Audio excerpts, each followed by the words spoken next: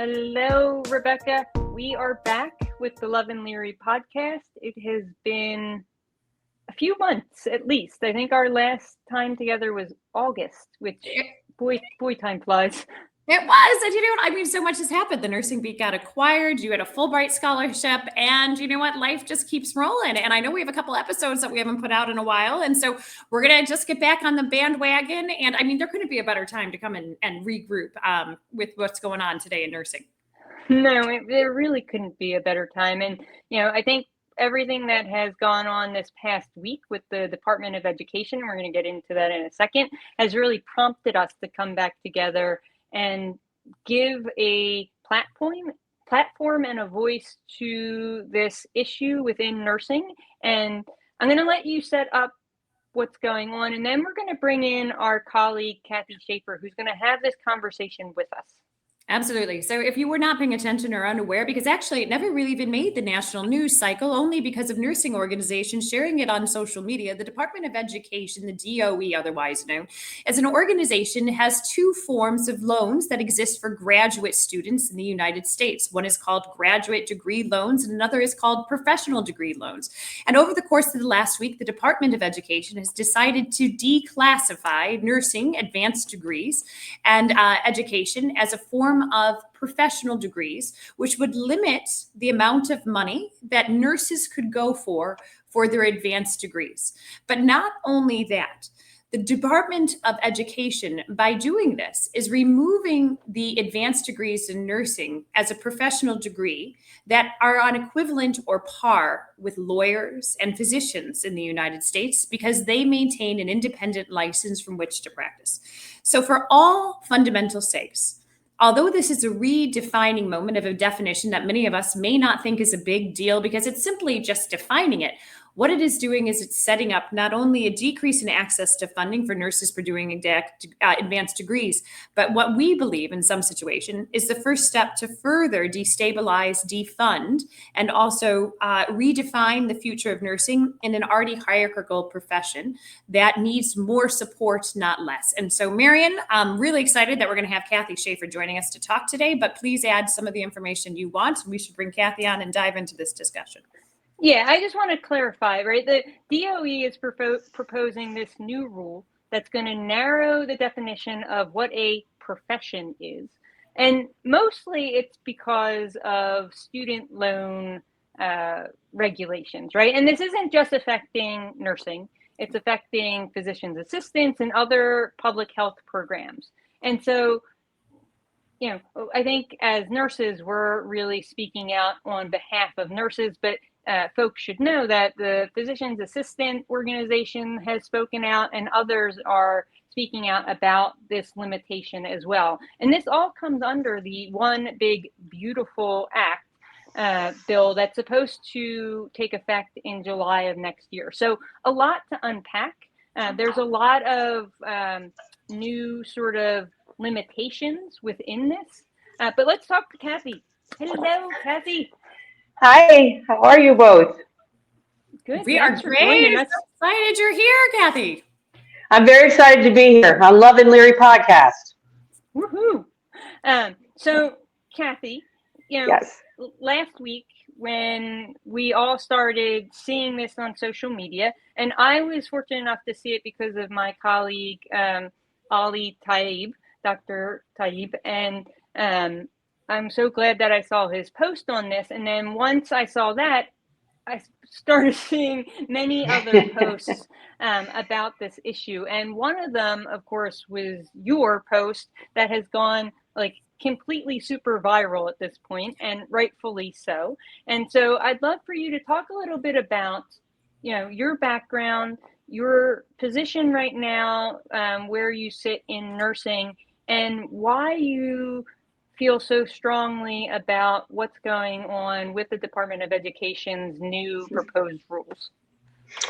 Well, thank you both for having me on your podcast. And to say that I am blown away by how viral that post on LinkedIn went is, I don't even know how to describe it.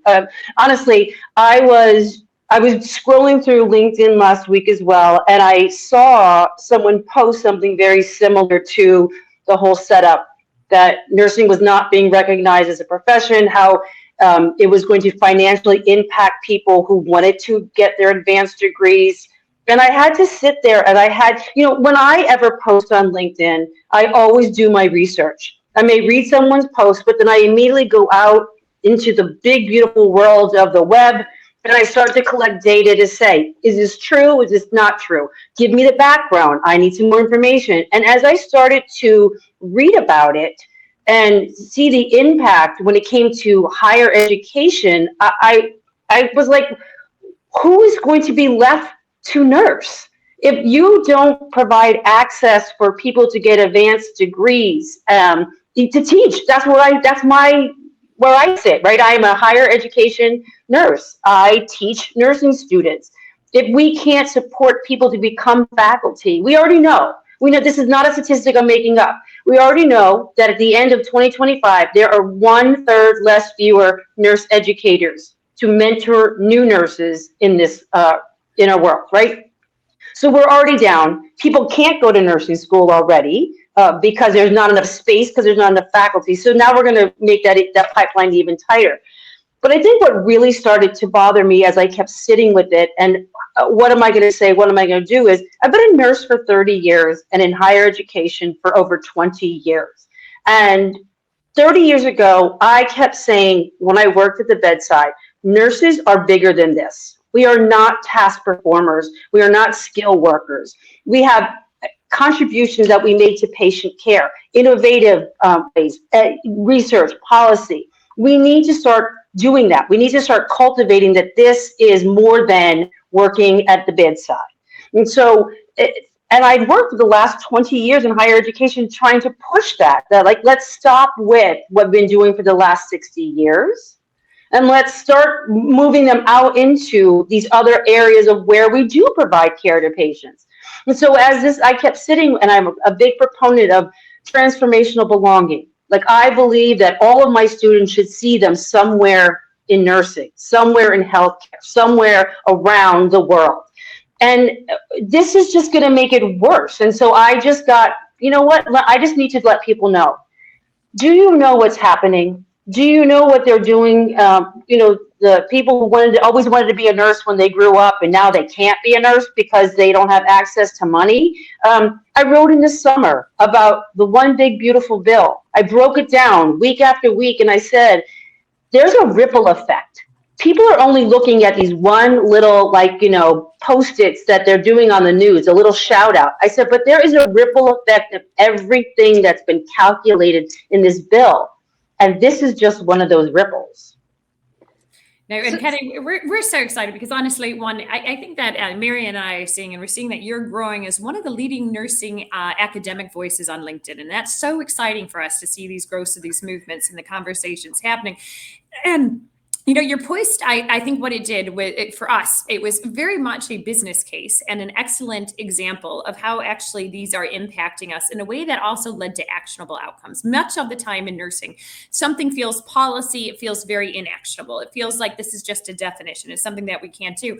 But what you pointed out with, and I think is important just to clarify for the start of this conversation, is that graduate students, if they don't get the definition of a professional student, right, their annual loan limit captures out at $20,500 a year, and a total aggregate lifetime loan capture of $100,000. Now that's federal loans, right? But as a professional degree, and why you want that, it's $50,000 a year or up to $200,000 in aggregate loans. And why that matters is because the cost of debt to obtain federal loans is a fraction than what it is versus private loans. So what we're doing is we're going to burden nurses with unnecessary, significantly amount more debt than any of our licensed colleagues in any other vertical, which already we know, and Mary and I talk about this all the time, as we're not a STEM profession, that debt is already being 100% financed on the backs of nurses. Now it is just going to be double to triple as expensive to obtain a advanced degree as it would be if it had not, if the DOE had remained it as a professional profession. But Marian, I know you wanted to jump in here too.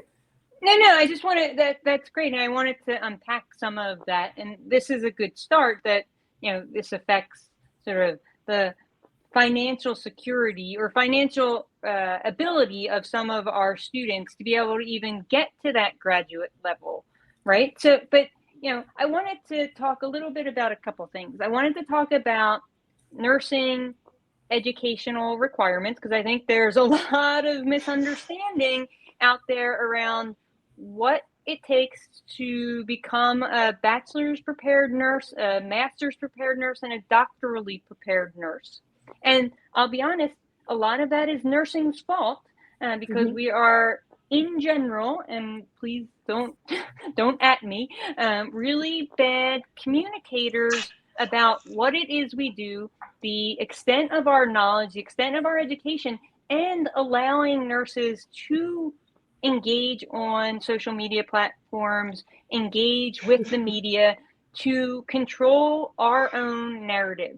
That is a failing of this profession that I hope is changing with this new generation, but I truly believe is part of what has led us to all of these misconceptions that swirl around what nurses do and the education we receive. And we saw that on social media last week. And so, Kathy, there's 1-year accelerated BSN programs, these accelerated master's programs. Those don't take away from the rigor of the education, but they build on other education. So can you talk a little bit about that? Sure. So, first of all, a bachelor's degree is a typical bachelor's degree. It's 4 years of college education, having all of the requirements you would need. The only time we have, and I don't like when people say they take prereqs. They don't. They take general education courses that are geared towards a science focus at the end, right? So just like when you have computer science, just like you're an English major, all of your general education classes. So they still have to take chemistry, biology, sociology, nutrition. And then as they progress through their nursing or their degree, they focus on nursing content, nursing curriculum, right? So that's to get your 4-year bachelor's degree. Accelerated programs, and they're usually 14 months, maybe 16 months that I've seen. These are for those who want to get a nursing degree, but they already have a 4-year degree, right? And so they have to, if they didn't have in their undergraduate degree, they have to have their sciences. They have to have the other requirements that gives a foundation to focus on the nursing part of their degree. And accelerated programs are really just taking what they've learned before and synergizing it with nursing, right? Some people say, well, how could you have a communications major be a nurse? Well, don't you have to talk to people? Isn't there therapeutic communication? If you wanted to go into policy, wouldn't you have to know how to write? Wouldn't that person have a better background to write policy than someone like me who, I'm barely kind of clicking away with my 2 fingers, henpecking at the thing, right? So those, yes, it's called an accelerated, but that doesn't mean they get a nursing degree in 1 year. They have a background. And actually, if you want to think about it, they actually end up with 2 bachelor's degrees. They end up one in their previous major, and they end up with 1 in nursing. So now they have 2 degrees.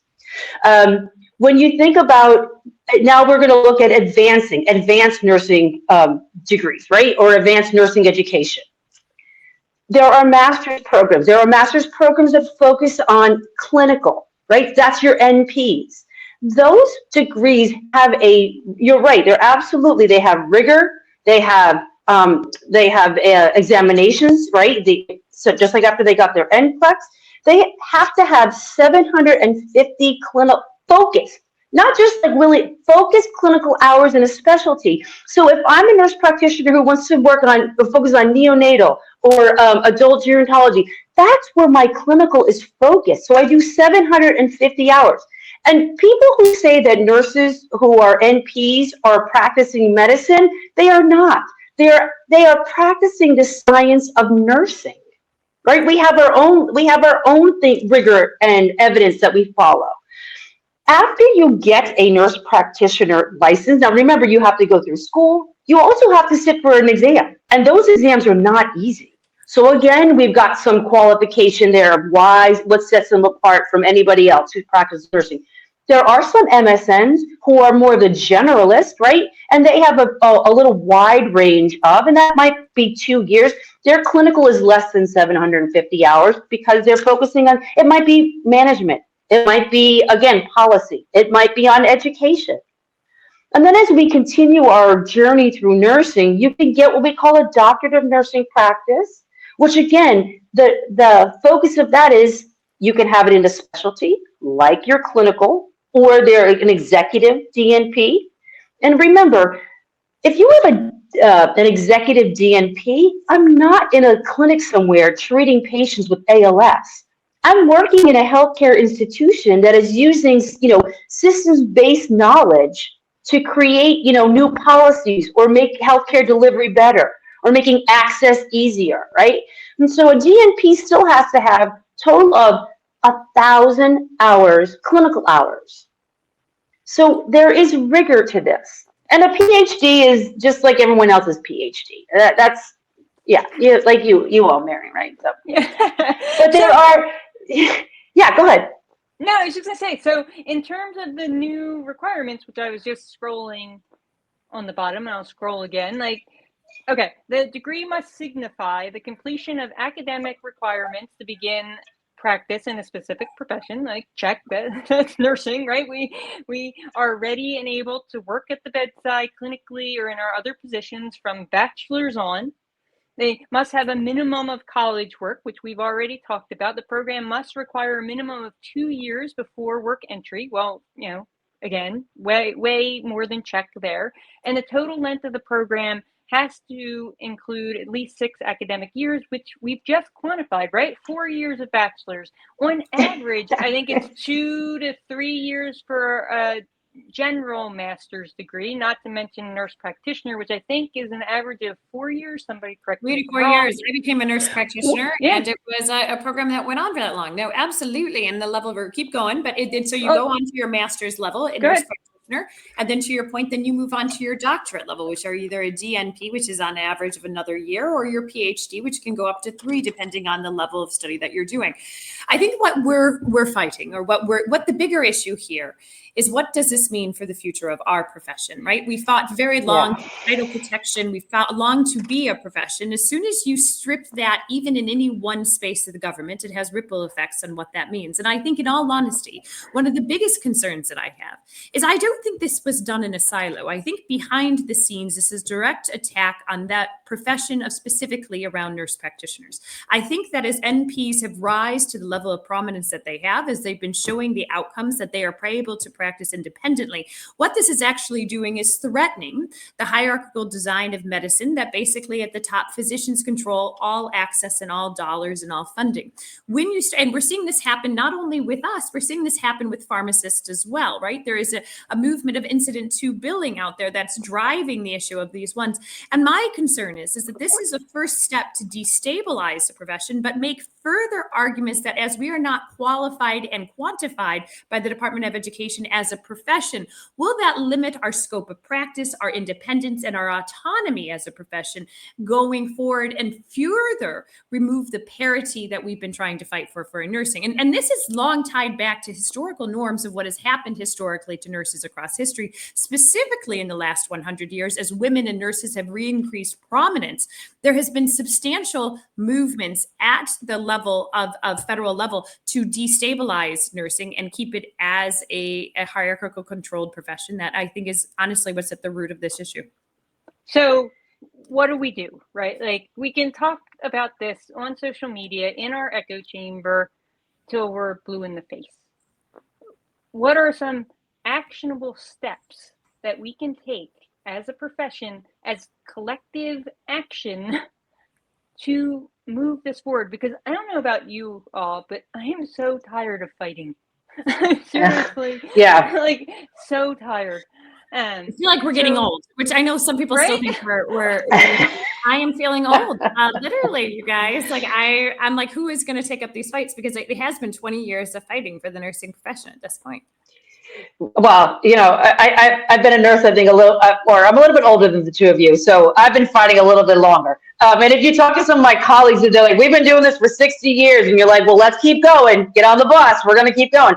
And, I do have to say I have hope. because I just came from an intro to nursing class where my students presented nurses you should know, their final presentations. Like, yes, I stole that from the nurses you should know, and and part of the thing is they have to identify, what were the causes that the nurse that they presented advocating for, and how is it being impacted today, and things like that. So there's a lot of fight in their voice. So I hear them when I tell them this. But I put in my LinkedIn post. But here's what we need to do. One, a lot of our high nursing organizations have to come out with statements, but not just statements. They have to make the point of the rigor, and they have to make the point of the qualifications, and they have to make the point of what will happen, the ripple effect if this continues and this goes forward. Easiest thing to do is write a letter to the Secretary of Education and make sure that you CC the Post-Secondary Education Committee.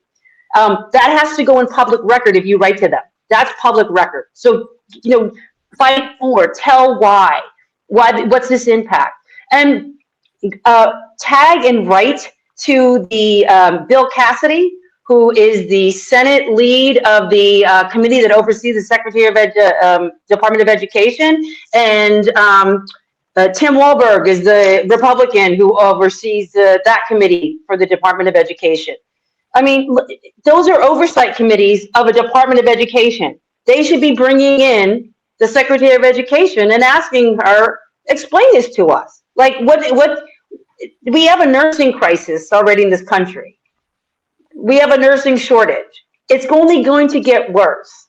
And the areas in this country that are going to see the biggest impact first are rural areas, because there will be no access to a nurse, because nurses won't be able to get a good degree. And also, no offense, I also think to myself, if I was putting my kid through college, now we know this, most bachelor prepared nurses don't stay at the bedside for the same length of time that those from associate degree. And also they are coming in with the idea that they are already going to advance in their profession, right? The vast majority of BSN students are going to do these things. Why would anyone in the future choose nursing if there is no longer professional degrees to obtain? To me, this is a fundamental shift, not only that threatens our reimbursement for a perspective for financial educational services at a cost that makes it affordable, but it would pause every single family member who has a child enrolled in a nursing program to say, you should switch majors. There is no future in this profession. That and the funding, not everybody can shell out the amount of money it takes to go to college and to get advanced degrees. You need federal loans. There's just no way around it. We should do a whole podcast episode on the cost of higher education, which is just so ridiculous and a systemic barrier for most people, probably designed on purpose, but we can get into that another time. And so, Kathy, it looks like we're winding down on our time. Would love to leave you with like a final thing, because it always goes by way too fast, but want you to leave a final statement for what people that are listening to this podcast should be thinking, what they should be doing. And, we just appreciate you spending your time with us today. So here's what I want to say. Every single person who listens to this podcast knows a nurse. They've been touched by a nurse. They have a family member as a nurse, or they themselves may be a nurse. Our future is at a pivotal moment. And what is it going to be? Are we going to allow this nursing profession to remain the way it is, always to be subservient? Or are we going to speak up and advocate for this profession and look to them as the leaders that they are and that we are, just moving forward? So this is a pivotal time in America for nursing. Couldn't have said it better myself. It's a pivotal time in America for nursing. It's a pivotal time in America in general. So, Kathryn, thank you so much for coming on and sharing your thoughts. Please continue to use your incredible voice on social media and on other platforms. Again, this is why it's so important for nurses to be active and out on social media, in the media, and in other ways, writing op-eds, running for office. We didn't even get into that. There are a lot of ways that you can use your voice and control the narrative of nursing, but also control the policies that are coming down the pike. So we need you in all of these areas. And I would just like to say, the future is going to be nurses who are out there not scared to talk. And the truth is, it also shows the power of LinkedIn. So a simple post that you think may not be resonating can possibly go viral, and it amplifies and it elevates more nurses to become LinkedIn top voices, which means the reach of their post reaches audiences who would otherwise never hear from us. So we are thrilled that Kathy Shaffer has joined us today, talked about this very important issue, and more importantly, seeing another nurse rise to the top in changing the narrative and the profession of nursing for the better. So Kathy, thank you for joining us on the Love and Leary podcast. For everyone who tuned in, we can't wait to see you again when Marion and I regroup again. Thanks for having me both. Thank you.